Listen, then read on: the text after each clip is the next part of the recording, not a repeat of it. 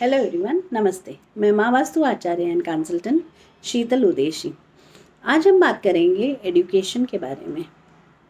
आजकल आपने देखा होगा कि पेरेंट्स अपने बच्चों की पढ़ाई को लेके इतने सीरियस हैं।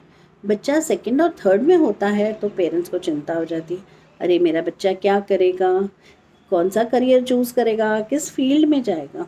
अरे बच्चा अभी सेकंड और थर्ड में है, उसे कि खेलने कूदने की उम्र है, क्यों उस पे पढ़ाई का बोझ डाल रहे हो, क्यों उसको पढ़ाई के जेल में कैद कर रहे हो। हाँ, बट यही अगर आपका बच्चा 8th और 9th में आकर भी पढ़ाई को लेके सीरियस नहीं है तो फिर तो आपको सीरियस होना पड़ेगा। तो चलिए इस पे मैं आपसे एक केस स्टडी शेयर कर लेती हूँ। मेरे हस्बैंड के एक फ्रेंड हैं, उनका फ़ोन आया मुझे। उन्होंने कहा कि मेरा बेटा 9th स्टैंडर्ड में है बट पढ़ाई को लेके अभी तक वो सीरियस नहीं हुआ है।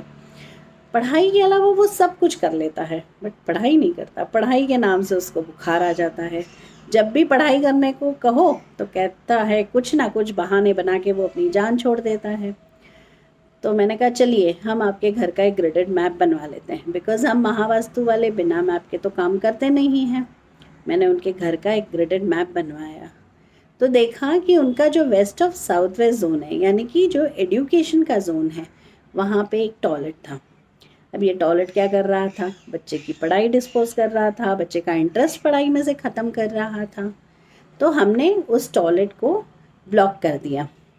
एंड सेकेंडली मैंने उनसे कहा कि वेस्ट ऑफ साउथ वेस्ट में एक येलो कलर के पेन स्टैंड और एक बुक को रख दें।